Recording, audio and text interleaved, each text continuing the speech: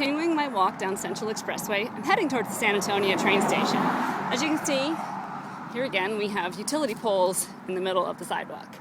At least these do provide light for when you're walking home at night, unlike the other part of Central between Rengstorff and Farley. But these keep appearing over and over again. And these hedges, they're not too bad now, but once it starts raining, which will hopefully be soon, they get really thick, really fast. I'm not sure why these are all planted against the sound wall. It does make it pretty difficult. You can see a bit, lighting's not great, but the sidewalk staining, you do lose about half of the sidewalk once these vines grow out.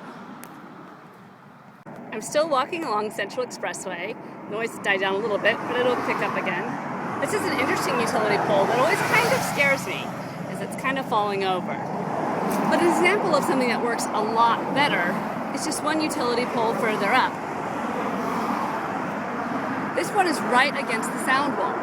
It's great. It puts light right, the light is right over the bike lane,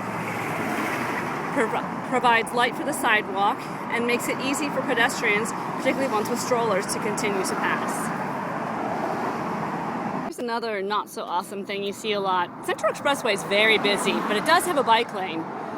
The bike lane has suddenly disappeared, and in the middle of where a bike lane maybe would or should be, we now have this big sign, warnings about this road being closed up ahead. But where are the bicycles supposed to go? There's no signs, warning of merging. I've already seen several bicyclists pass me while I'm walking on this strip. It really is a heavily traveled cycle route. It does a lot of connectivity between a lot of office buildings and is easy access to the Caltrain station across the street up here. So there's got to be a better way than putting signs in the bike lane.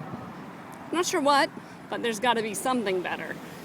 And then here again is an area where our beautiful pavement, which is a little overgrown with some ivy, disappears. And now we're in very uneven, unsure surface, quite broken up by tree roots.